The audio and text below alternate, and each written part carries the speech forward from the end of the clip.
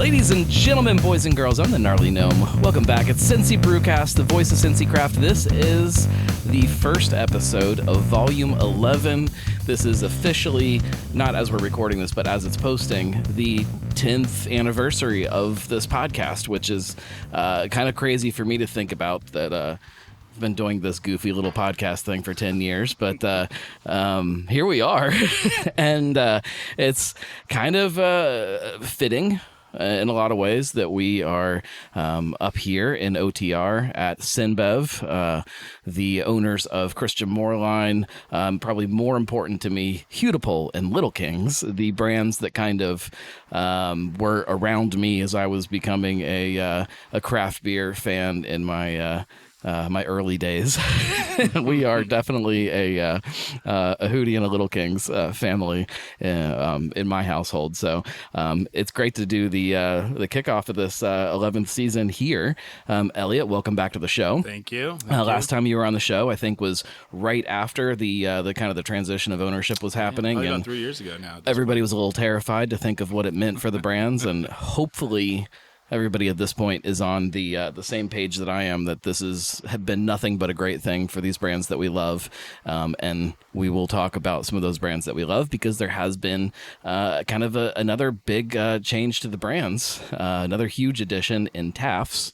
Definitely a brand that means something to Cincinnati craft beer. We'll talk about all of that, but before we do anything else, we should probably drink something, because it is a craft beer podcast. And if I kick off season 11 and don't drink a beer, there's going to be some mad people. What do we have? So we'll start with Gavel. So this is our first round of Gavel Banger we did in-house since we took over. So this was made here at Cincinnati Beverage Company. Nothing different about Gavel, so we kept this one. This one is a fan favorite, so we didn't tweak this one, just brewing it with our equipment here. I think it's fantastic. I haven't even poured it into the glass yet, and as soon as I crack the can open, I can smell it. Yeah, I love it. It's great. Tell me some of the things that to you make Gavel Banger great while I pour this and take a big old drink. Yeah, I mean, I think first the aroma, right? The as you said, it's a nice, great aroma. How to try it? Delicious. That is a thing of beauty. Yeah. So I love the notes you get off of it. The taste, it's clean. It's we've got some pretty good brilliancy to it. Yeah, let's make IPAs clear again. Yeah, for sure.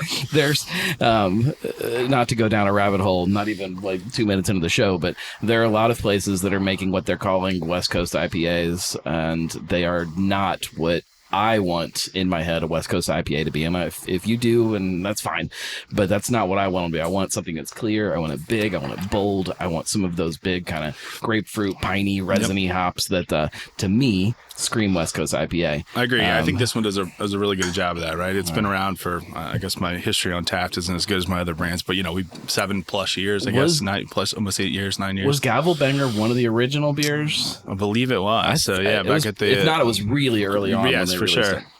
For sure. Some of the, I was going through the archives, looking at some of the original lists on the menu board, and there's some good memories. Good memories going to the lager, or the ale house. That's a great beer. Yeah. So let's kind of start. Let's start with Tafts. Tafts was not really going out of business. They were shifting their business to the other arm of their business, which is Impact, where they make a whole lot of like energy drinks and stuff like that, which is, again, fine. Like, I'm not judging if that's your thing, but Tafts was becoming less and less important to them as a company. I think it's important to note for a lot of people that might think differently that it wasn't that Tafts as a brand was failing. It was that it was just becoming less important to a company that had found something else that was more successful. When did you guys kind of start to take notice of that and realize that maybe this could be something that could come onto this portfolio? Yeah, so I think we've got a long-standing relationship with the Taft team or the Impact team. When we first took over our business in 22, they were brewing all our beers. So had a great relationship with the guys, and I think we quickly realized just from seeing the facility and knowing what they were doing and how they were growing, that beer was becoming less and less of their portfolio.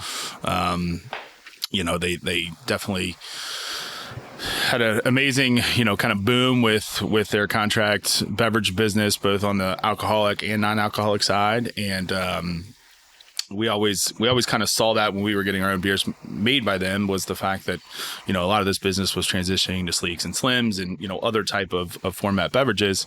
At times that kind of hurt us because it kind of put our beer, behind the line of all the other things they had to do. So we always kind of knew that was the direction they're going. And as their portfolio grew and grew and grew, we stayed close to them, even though we weren't brewing with them. And they reached out to us. I don't know. It was probably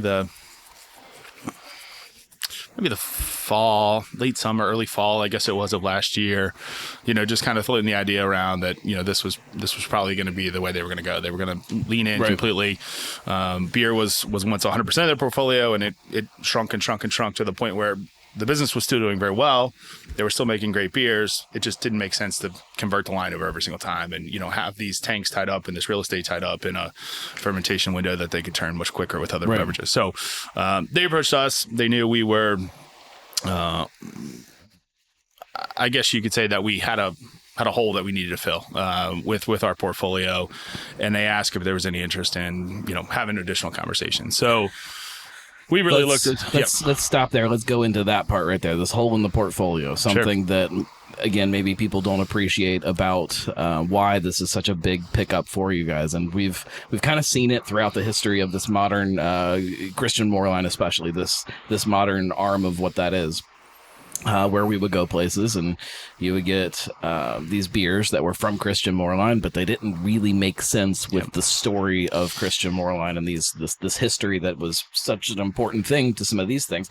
Nobody wants to go to a bar and order a Hootie IPA. It just doesn't. It's not going to feel right. It's not going to make sense. It doesn't make sense with the other beers that are Hootie branded, and I think the same goes for Christian Moorline. And you guys were the first ones, as far as ownership groups, that came up and said, look, we love all these things, but Christian Moorline is about traditional German beer, and that's all it's going to be. Yeah, I mean, we made that decision early when we bought the company. We knew it probably, our predecessors had a full range of styles, everything from European/American pale ales to IPAs to stouts and everything in between. If Christian Moorline, as a brewer and I'm sure a beer drinker, had transported himself into modern OTR and picked up a Groove, a hazy IPA, juicy IPA from a brand that has his name on it, he would have shit his pants and probably hit somebody. Yeah, I mean, we had to make the tough decision, right? You step away from the most popular style in America, right? So I don't know that Taft would have loved West Coast IPA either, maybe. Right. Who knows? But no, we made the intentional decision to kind of narrow our focus and stay in our lane and say that Christian Moorline was going to be German style beers, right? We were gonna keep that focus, and may not appeal to everybody, and that's okay. But that's the route we want to go with this brand. We know if German style traditional beers don't appeal to you here in Cincinnati, are you really a craft beer fan? Go ahead, send me the emails. I don't care. But by doing that, we knew that there was kind of a hole in this these American style craft beer. Hootie is what it is. There's certainly Hootie Delight today. Maybe a 14K at some point comes back. But traditional Hootie brands, to your point, you're not gonna have a Hootie IPA. The Little Kings Hootie Amber. Sorry, okay. that's something I throw there. That's something we've heard before. Maybe that's one we can dust that recipe off. And then Little Kings is its own little unique animal in itself. 7-ounce cream ale. We decided to drop the flavor variants on that. Just stick with traditional cream ale. So for us, we knew that the portfolio we had was great. We stayed in our lane. We kind of found our spot we wanted to be in, but we also knew that at some point we needed American style craft beers. Right. I'm an IPA lover at heart. It was always, it pained me when I was out, drinking our products and couldn't enjoy an IPA. But this was a really good opportunity. It was a brand that had history. It didn't have 170 years of history like Christian Moorline did, or or the vintage Unipol brands, but it's been around a long time, right? It's not a new guy on the block. It's kind of helped establish this new Cincinnati beer culture. And I think that was important for us that, it wasn't just a name brand that popped up and we're acquiring. It was something that had history, it had legs, it had roots downtown here in OTR at the Ale House. Their portfolio overlapped with us pretty well on the fact that our distribution channels were the same here in Ohio with our distributor, and then Northern Kentucky, they had a presence where we sell our products today.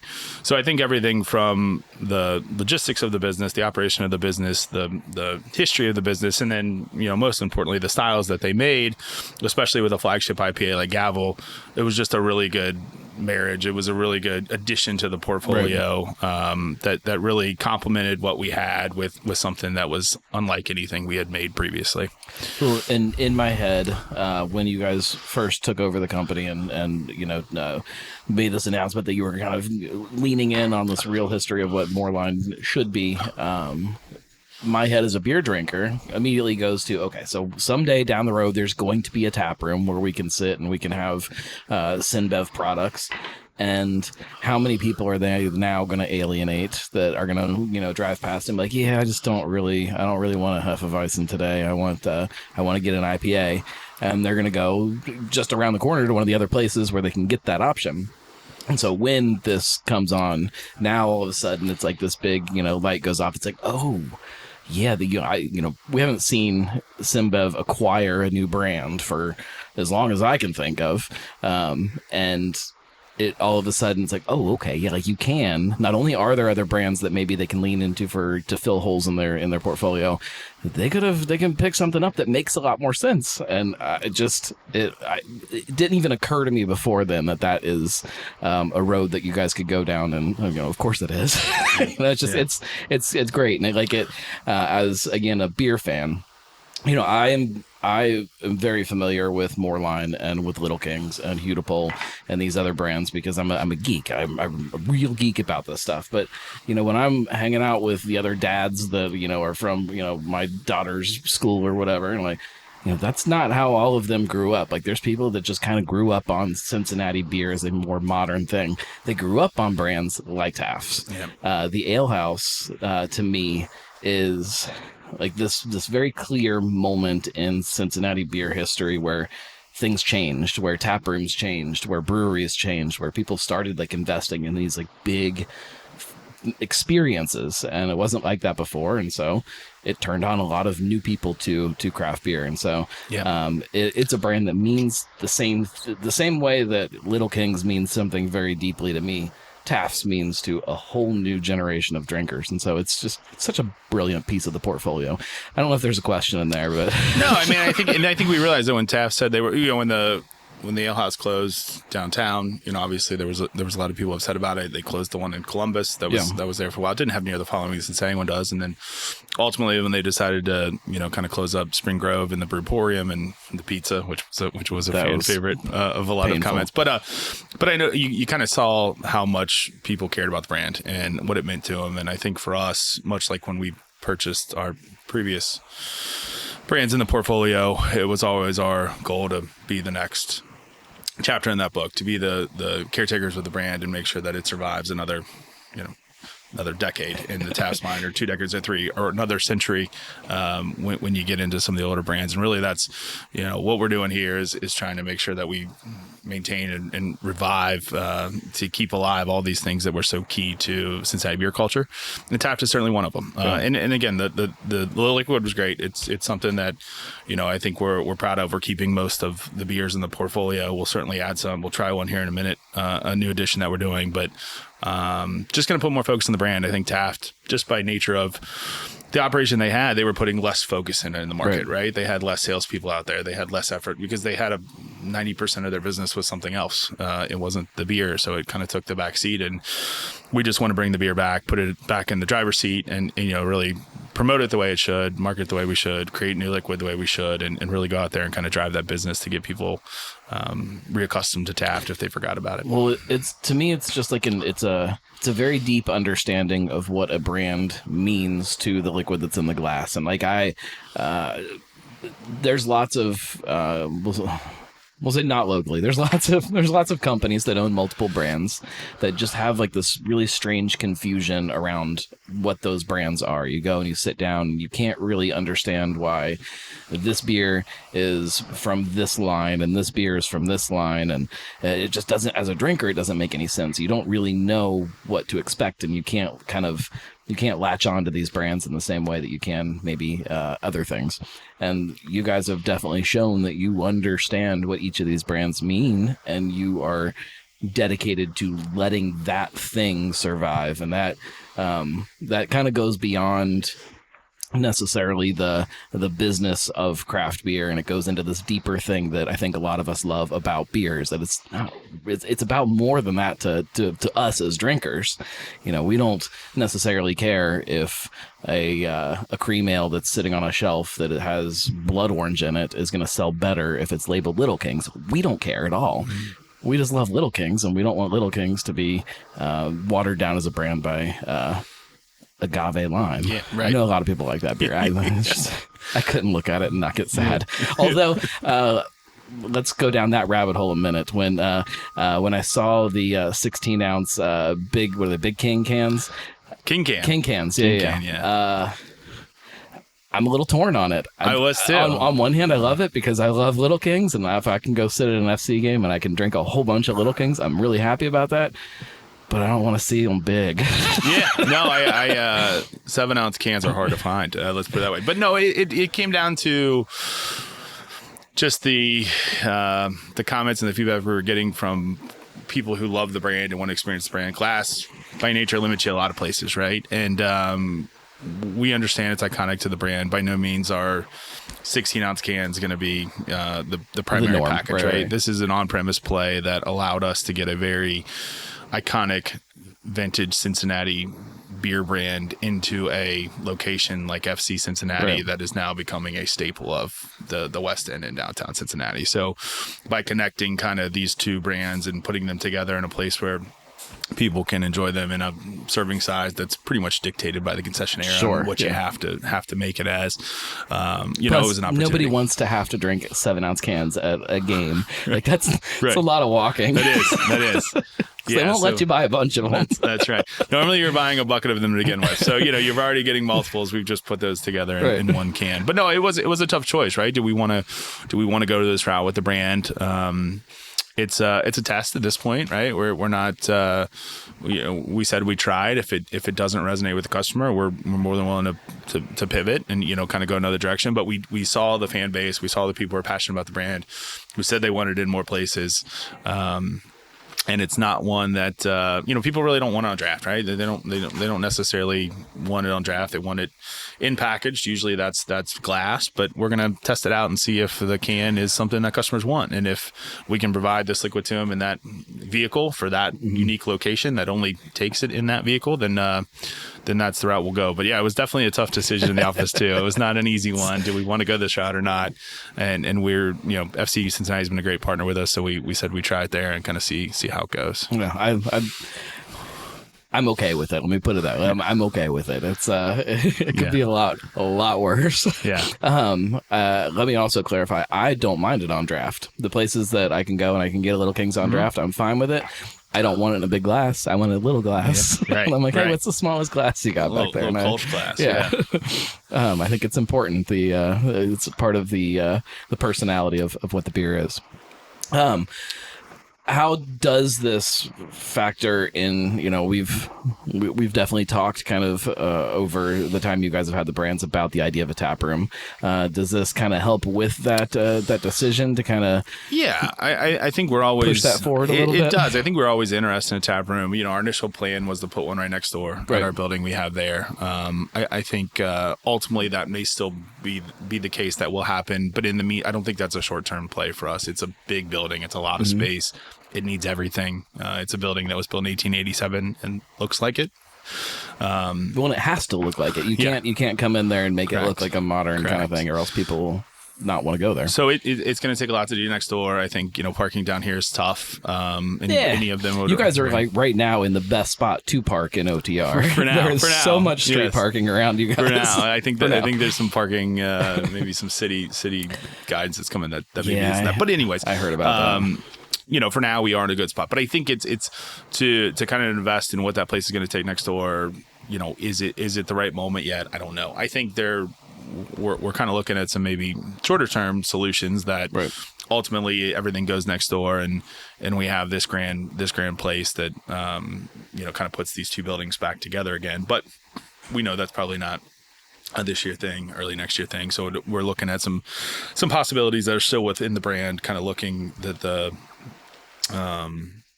some buildings that that jive with what we've done, and maybe aren't as big as next door with a 5-story building that can be much more robust. But we are looking at some short term things that we can turn quicker for taproom, because I think it is right now. We have these brands that don't really have a home to drink in. Taprooms are important in the community. There's some really great ones down here in the area that we're in today. There's great ones across the city.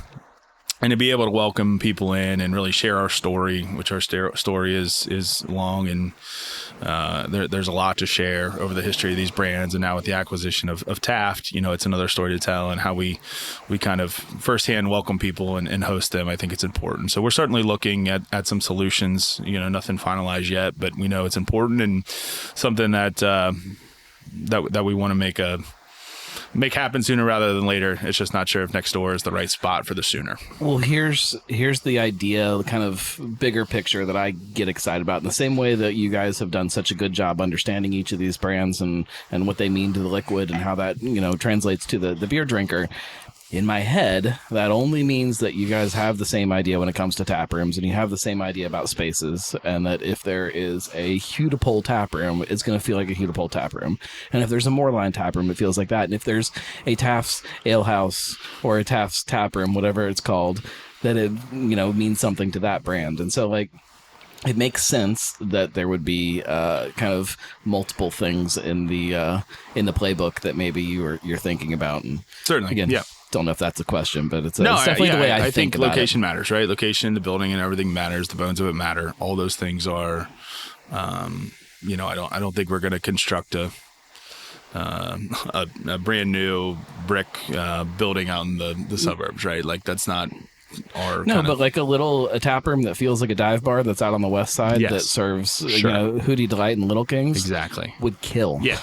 I think we're not it doesn't fit with a company to do a brand new cinder block build, in the middle of nowhere. But yeah, there's certainly locations I think that fit the mold, and I think that's what we're doing now, is kind of looking through the options in the portfolio and kind of what makes sense. But no, a tap room is certainly on the target list. It just we got to find the right spot. I think we have the right spot long term. It's next door. Yeah.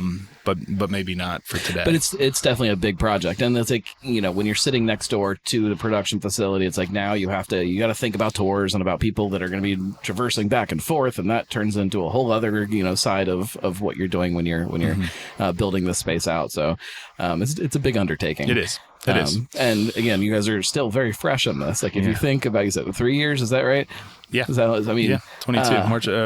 If you think about other breweries when they were 3 years old, Rheingeist aside, it takes a long time to kind of get your footing, and you guys have gone hard and fast with all of this and done it really well so far. So we've had great distribution partners. We've had really great buy-in at bars and restaurants and off-prem locations. So I think for not having a place to host people and bring people in, it's been a really good network that's supported the brand and got behind all the brands. Kind of giving us a chance when maybe the brand had failed them in the past. So it was kind of our tour we made, and our apology tour, and said we're back, we're kind of revised, we're here to support you, we'll have the inventory, all the things that happen.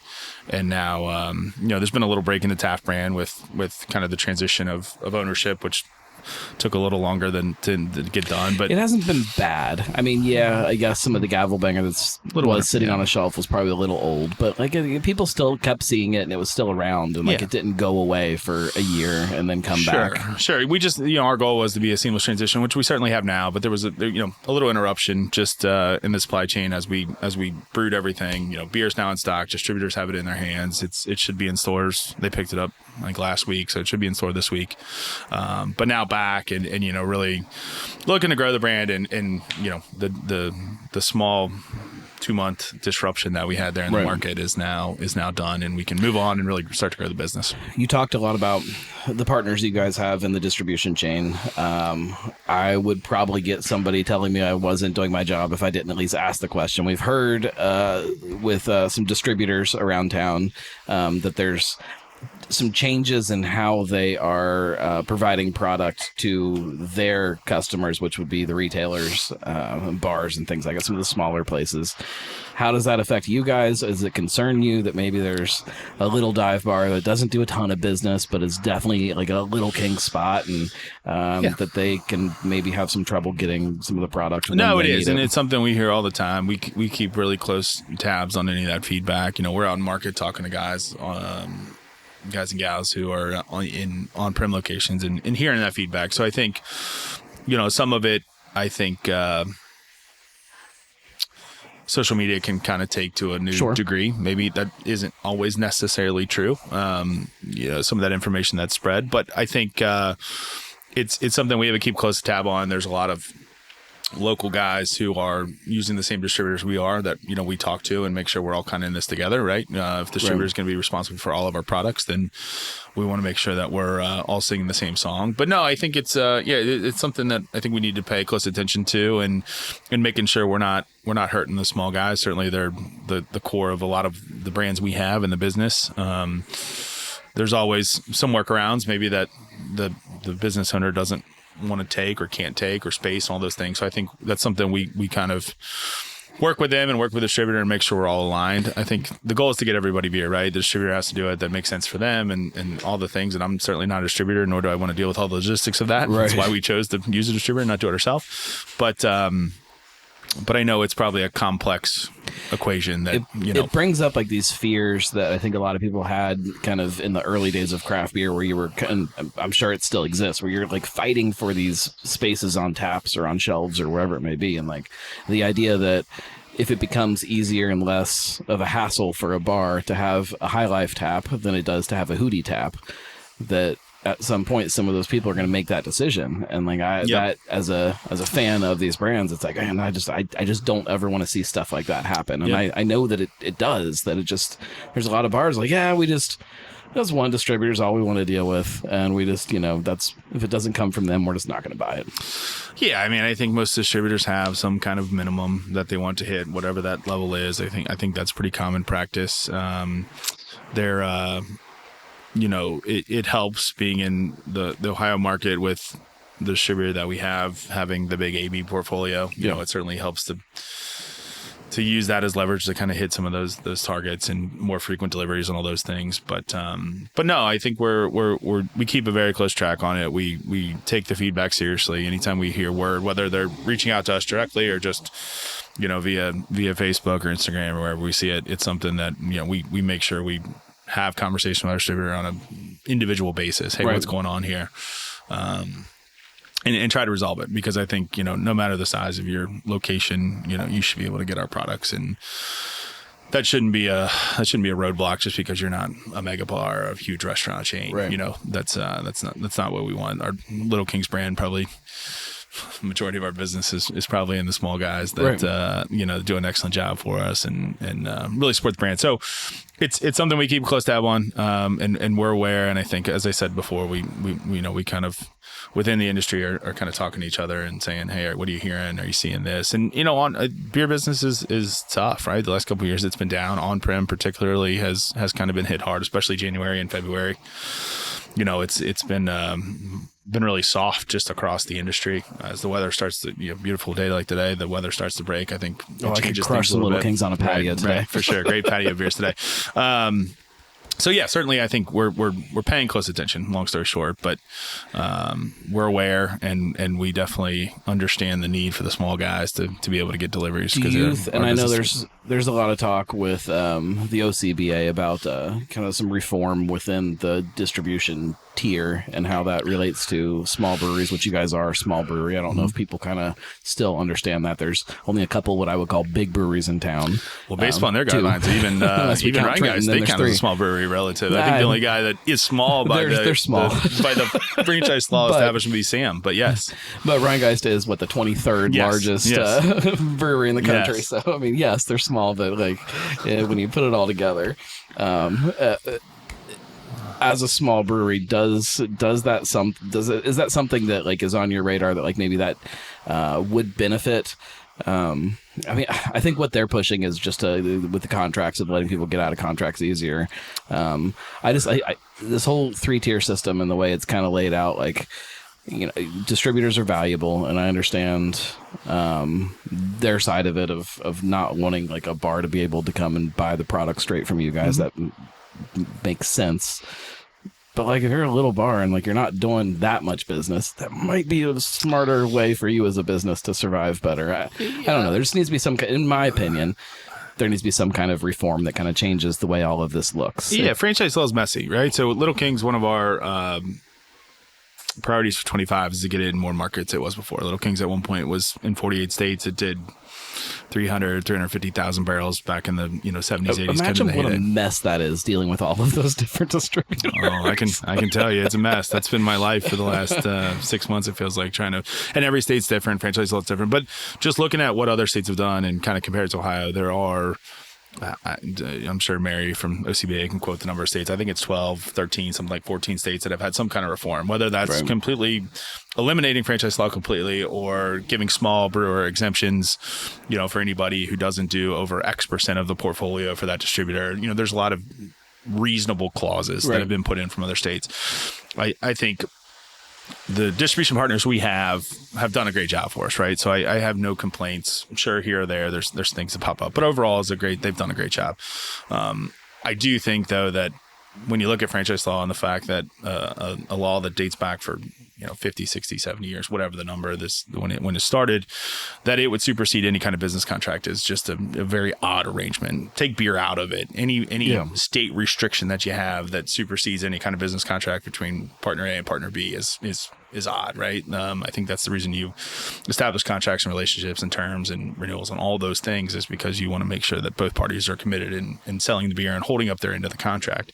Well, at that time, it was designed to protect the smaller party in the transaction and kind of help them. And clearly that has shifted and changed from then to now. But correct. So I think reform, and if it happens tomorrow, I'm not saying we drop our distributor, right? But I think giving people the option to arrange a contract between another party and both hold up that end of the bargain and then renew it as you see fit is reasonable, rather than locking somebody in for perpetuity, because they may have sold the brand in 1980, right? And really, as we expand Little Kings, it's more and more discovery, right? Like the records in the 1980s and 90s weren't great. You can't find any of that online if the states don't really hold that. So a lot of it's going fact finding. You don't want to step on toes. You don't want to breach any of those franchise agreements, those brand rights. So trying to find them and then navigating through what that state law is. God, I didn't even think about that.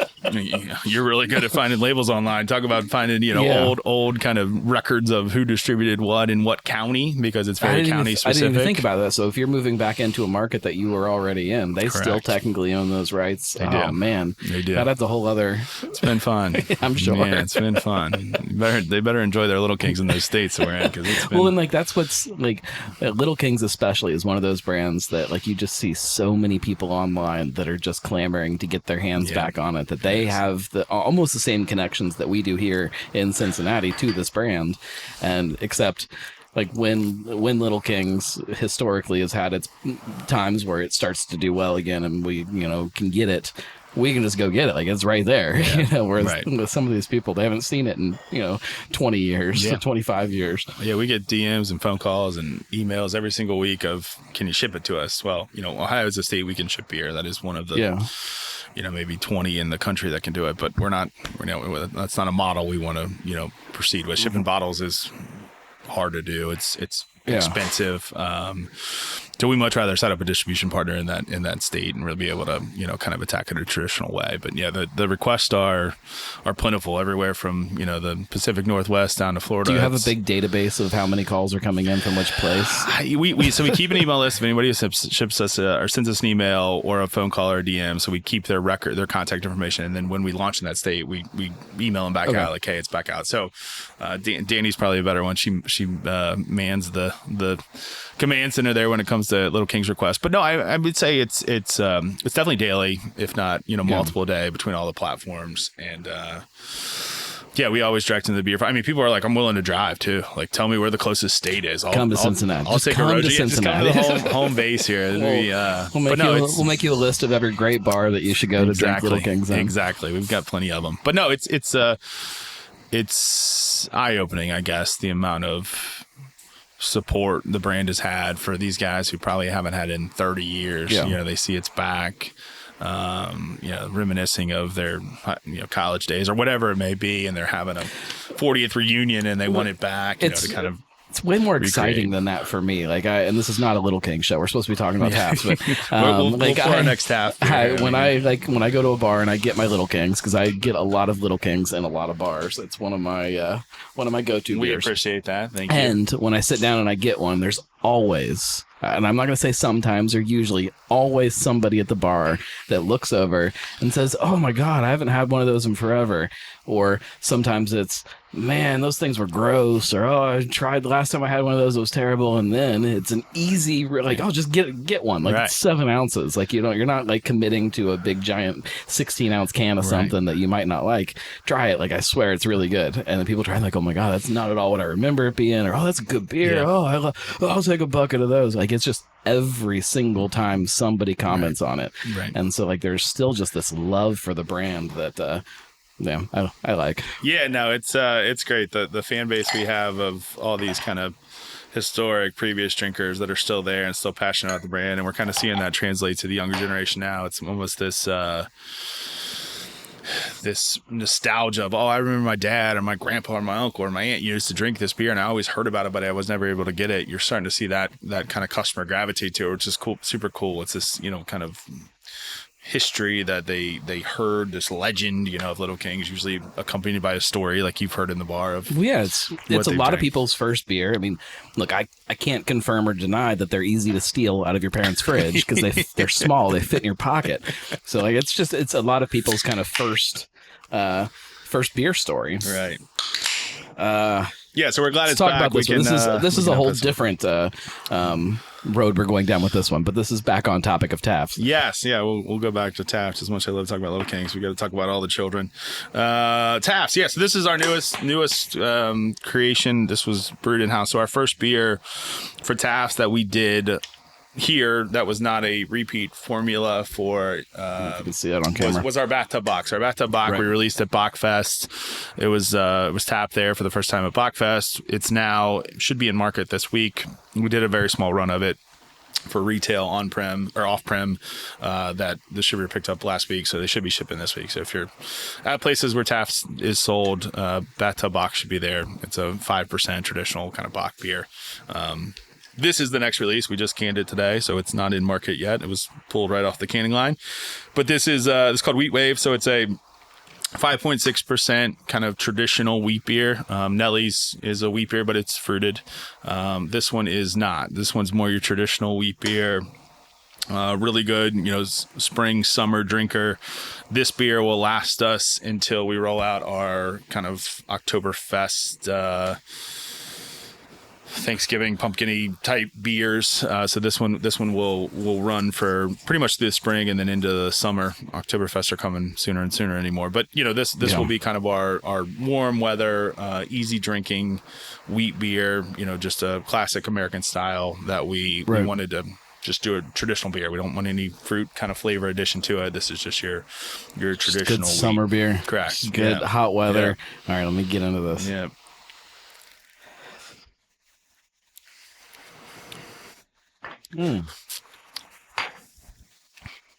Oh yeah, And again, hot weather today. This whole week has been so beautiful.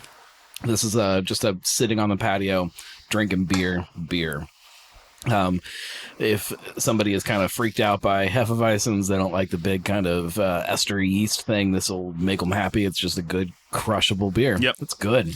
Yeah, I love the artwork too. Like it just screams, kind of sunny day, bright blue skies and the golden wheat. Oh, for sure. Yeah, I think really well done.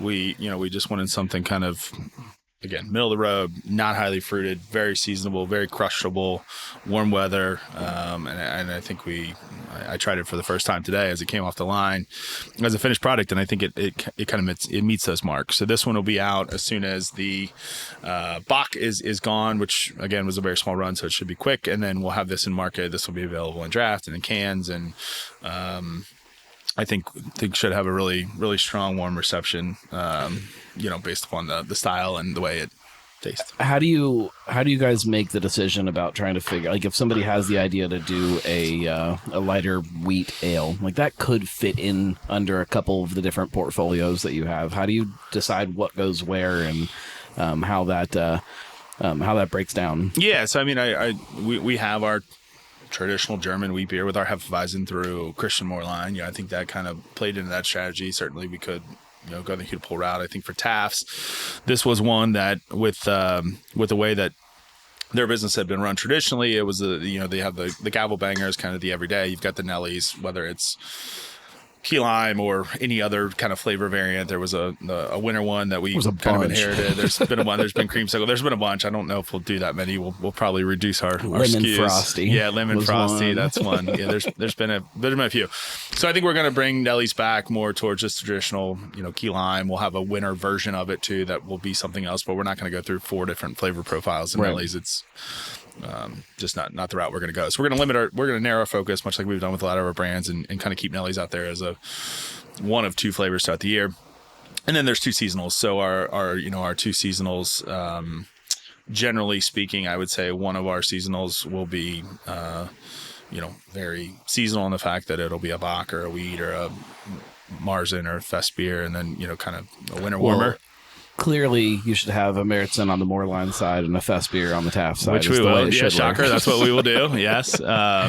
So that's kind of traditional. The first seasonal, and then the second seasonal maybe is a little more hop forward. So we'll roll out some hazies and some other things. Maybe some pale ales in the winter. Maybe some spruce tips. I don't know. Kind of mix it up a little bit, but always have our traditional kind of seasonal being more in line, and the other one maybe a little more hoppy variant. Right. But no, this was one that I think we saw the passion and the love for Nellies, but it's not for everybody, right? Not everybody likes a big fruit addition to it, but most people, can get down with a wheat beer, drinking an Oberon in the summer, or drinking just a traditional wheat. Always kind of appeals to the masses. So I thought this was a really good first kind of big production style that we could kind of release for the Tafts brand. The Bach one, unique and different and all that things, and it kind of hits a more limited audience with a Bach beer. But the wheat a little more mainstream. Do like fruited wheat beers too, and I'm assuming Nellies is coming back at some point soon. Yeah. But if you're sitting in a bar and you see this, you would be surprised if you just get a lime or an orange. Most bars, even the little dive bars, will have those around, and get one of those thrown in your beer. You'd be surprised how much it does kind of turn this into a fruited beer. It would, yeah. It would complement it well. I don't have any citrus here, but if that's the kind of thing that you need in your wheat beer. Yeah, no, I think this one turned out nice. We every time you do a new recipe, you're a little worried what it's going to be, because you're doing everything on paper and running the numbers, and kind of John, our brewmaster, is amazing at putting those together. He's been in the business for, I won't show his age, but decades. Yeah, longer I think than I've been a beer drinker. That's for sure. Yes. So he's probably forgotten more about beer than I'll ever know. But no, he put together a really great recipe here, and I think it's something that should be a really good entry into our Tafts portfolio as the first kind of mainstream beer we did. With the Tafts portfolio, like how in tuned with what people are kind of clamoring for is things that have gone away from Tafts that they want back. How much are you paying attention to that kind of stuff? Yeah, certainly we looked at kind of what they've done in the past. We'll bring back quite a few. We'll make some tweaks, like you said. Their Dolly's Pumpkin Pie Ale, maybe you can collaborate with the new big boy coming into town. Maybe, do they do pumpkin pie at Dolly's? I assume so. I right? don't know. They should hit us up. Where the pumpkin pie was well received. Not everybody's favorite style, but no, for a beer, the Frisch's one I think did well from the sales and what we saw from just general feedback. We'll definitely have an Oktoberfest beer. We're going to change Oktoberfest.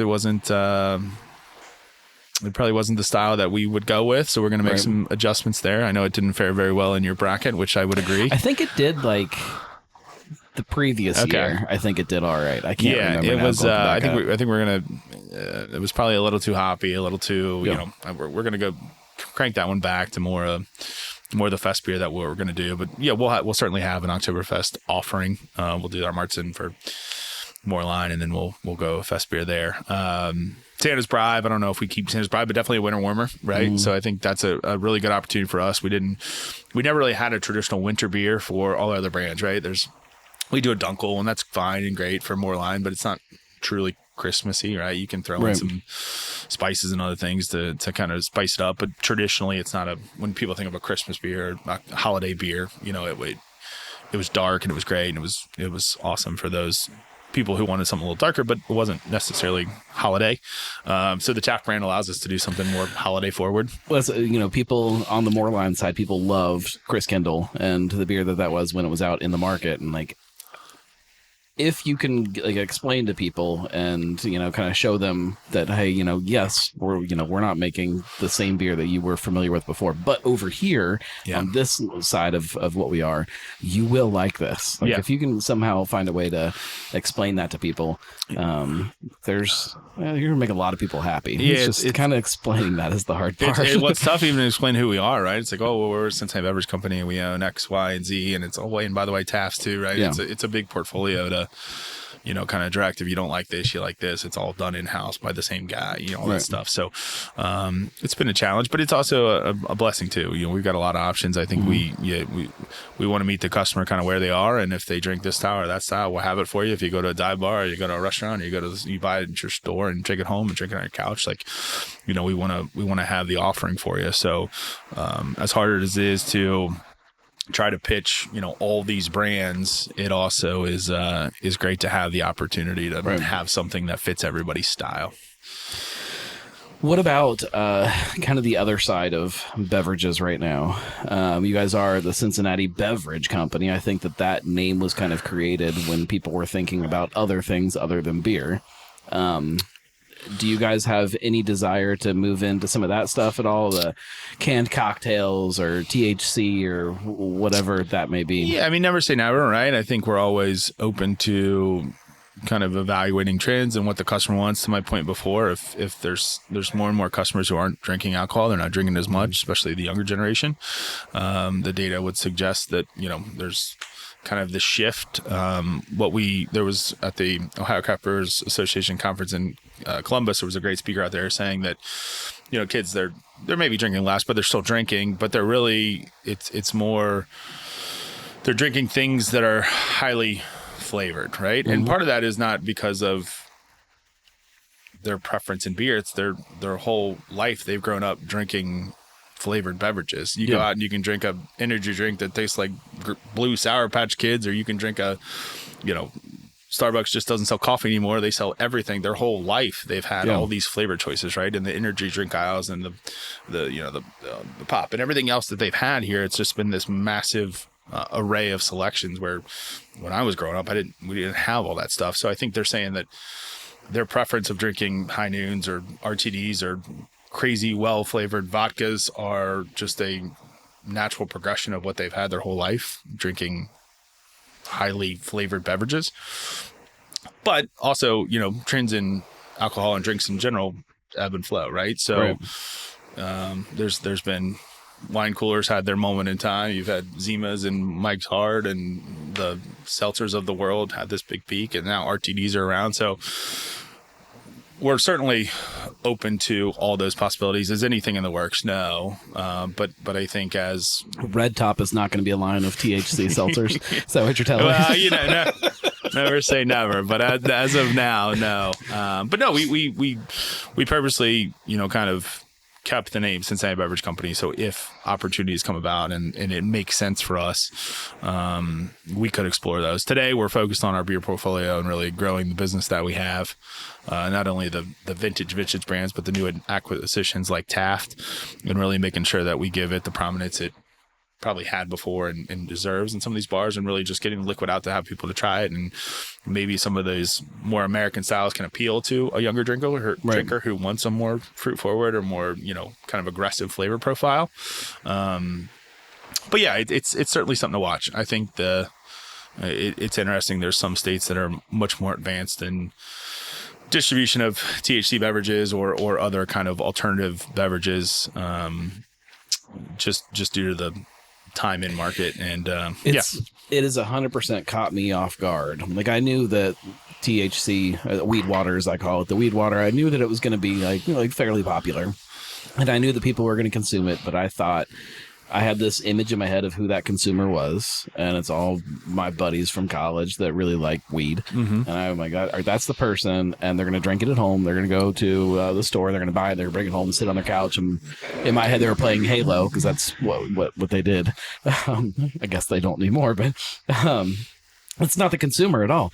Those aren't even the people that are drinking it. Like, you go and you watch the people that are picking it up. It's the soccer moms, and it's you got a whole family there, and you got one person that's like, I don't want to sit and drink beer. I'm going to have one of these that's kind of lower milligrams of THC, and they're drinking it on premise, which I didn't think was going to happen. Like, it just shows me that I know nothing about this industry at all.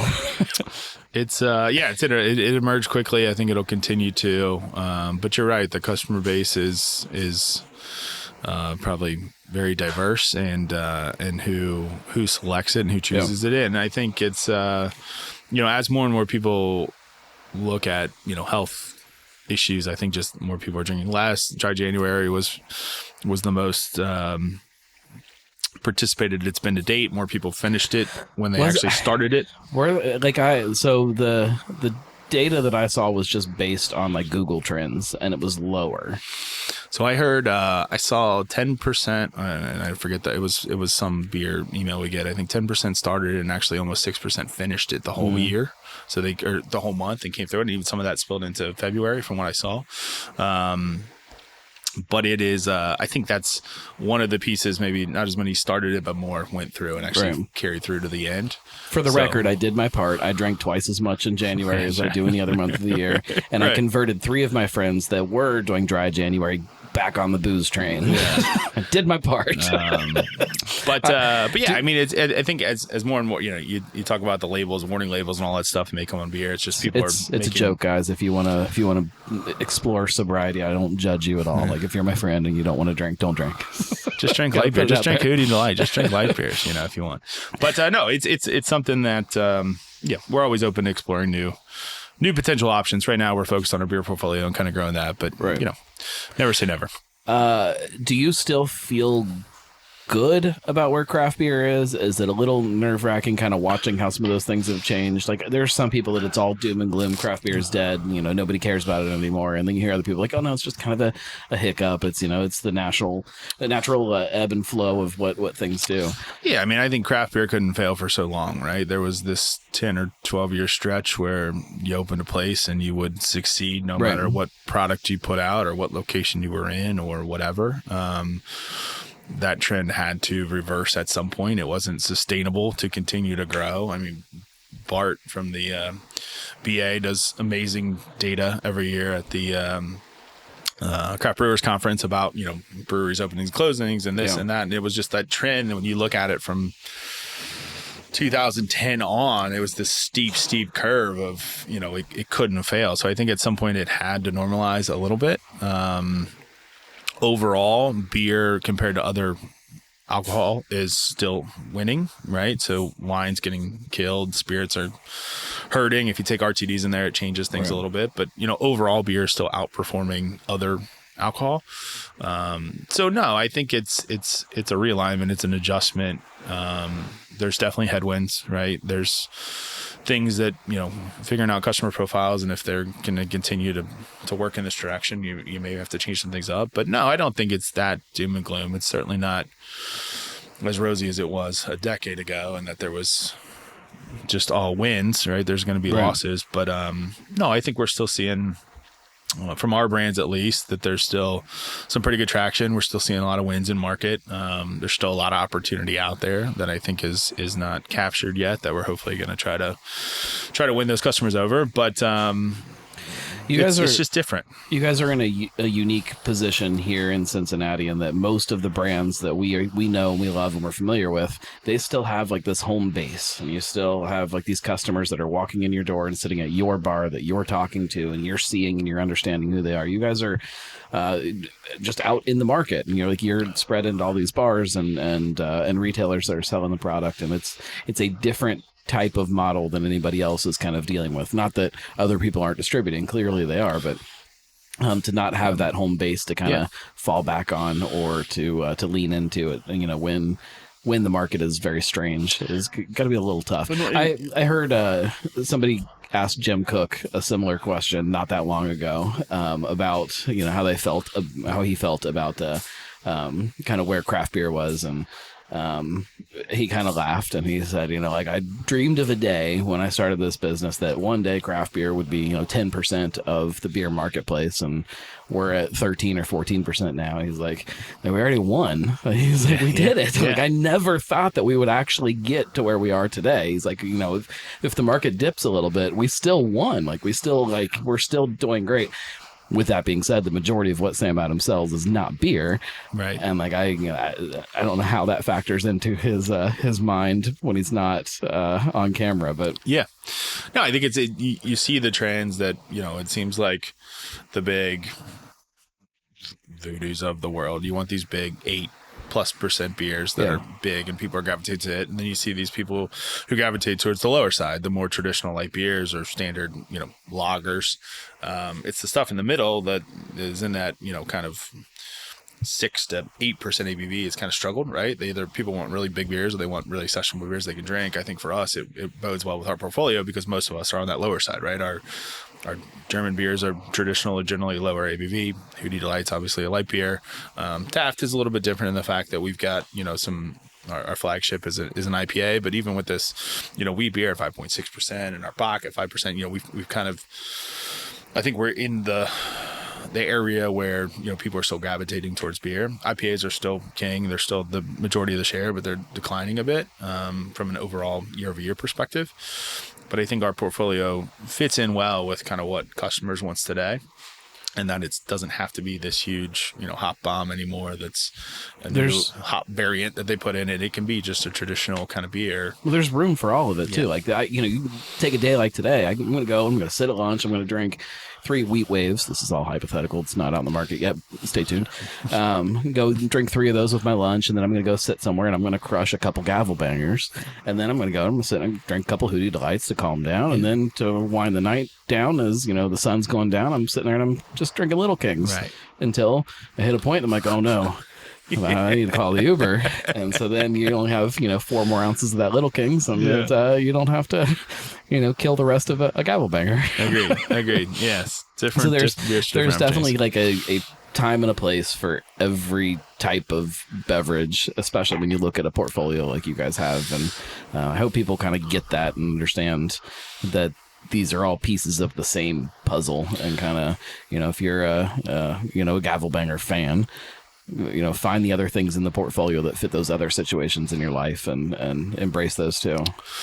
Yeah. I mean, I think we're trying to just create great beers, right? No matter what style you like. I think our everything we do here is about the quality of the beer. We're not marketers. We're not marketing company. We don't have a tap room to bring people in. We want to create really supreme liquid that we put out to the market, and put it in opportunities where you can try it, whether that's at TQL or Great American Ballpark, or we'll have some new opportunities this summer coming about where you'll be able to find our products. So I think we're trying to put the product where people are, have them try it, have them kind of experience what we're doing here. We've got a lot of really great people in this building who've been around the beer business a really long time, and kind of putting out exceptional liquid. And when there's opportunities to fill a gap and kind of create some styles that we think lend itself well to what we're trying to do. Hopefully we hit the mark. But no, I think it's an exciting time for us to go back to your original question and where you think the craft beer market is. There's headwinds. There's no doubt about it.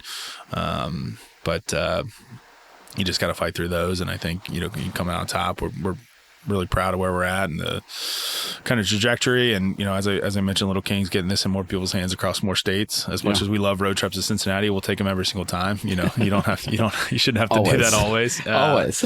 So hopefully we get Make this it a out. weekend. And when I'm traveling now, I'll be able to get Little Kings. I don't have to bring it with me, right? I go down to Tennessee. I can just go to my local store and grab it. They're really easy to tuck into like extra spaces in your luggage. They fit in the little pockets. Yeah.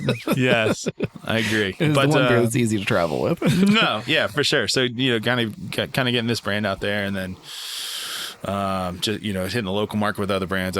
There's no intent to kind of bring Tafts to West Virginia or to Tennessee or Oklahoma. There's that's not really in the cards right now. But I think we're really happy with where we're at, and we're excited about the new opportunities we've got this year to get this in more people's hands and kind of experience maybe some of that joy they had when they were at the Ale House 8 years ago when it first opened. It kind of took that breathtaking building in and experienced really good beers. That's what we're looking forward to doing.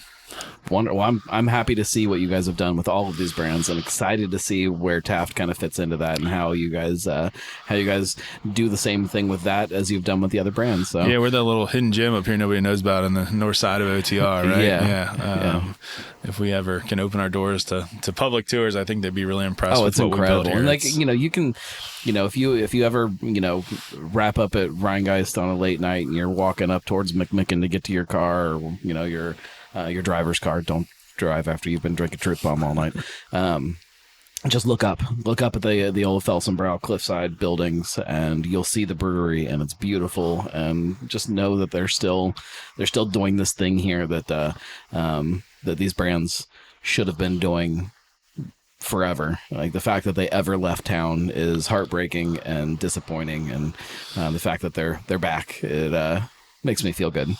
Yeah, we're excited to, like I said, be the next chapter in these brands' deep-rooted history and kind of extend that legacy. So hopefully we've served them well, and we'll continue to serve them well. But we couldn't be more excited to have this portfolio that we have. I think it fits us really well. Hopefully it appeals to the majority of people who are drinking beer. And there's literally something for everybody within this portfolio, which I love. There are definitely breweries that I love to go to that, depending on who I'm with, I know they're probably not going to find a beer that they like, and I'll still take them there. I'll still make them deal with it. But the width of this portfolio leaves something for everyone, and that's hard to do these days. Yeah, well, we're excited. We welcome anybody who hasn't tried our brands in a while. They're out there in market. Hopefully there's some new stuff out there you like. Hopefully your old favorites are just like you remember them, if not better. And this is definitely the best gavel banger I've had in months. I can tell you that for sure. We tried it versus the old It's actually stuff. been a while since I've had gavel banger. We were actually doing some sensory on some of the older stuff that was in market. Just time. IPAs never do well with time, so it's amazing to see when you can get a really fresh, aromatic, kind of hop forward IPA.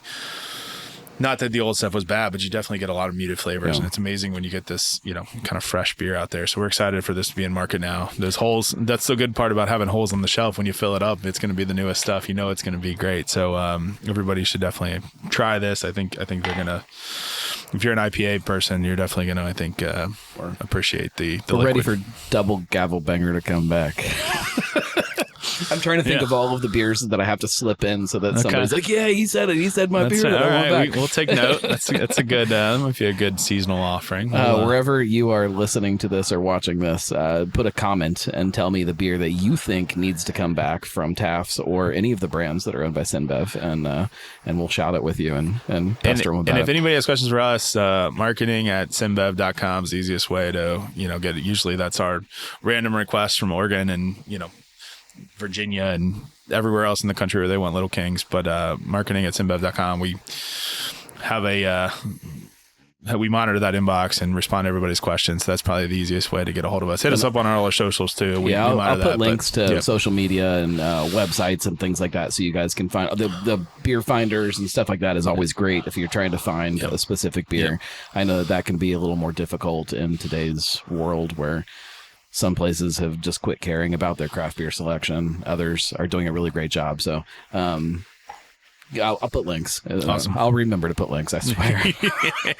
It's always like the show posts on Mondays, and Monday, Sunday night at midnight, and it's always like 10:30 p.m. and I'm just kind of winding down. I'm like, oh no, I forgot to add links into the show notes, and I'm just rushing to get them back in there. I promise I'll do it.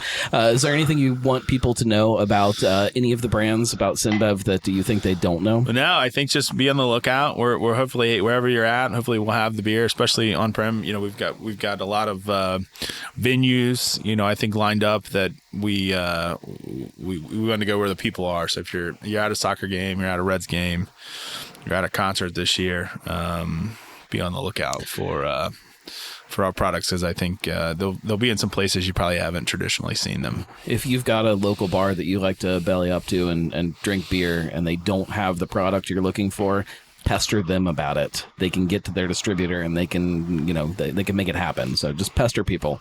Tell them that you want Little Kings. You want to sit and drink a bucket of Little Kings. It's okay. Tell them.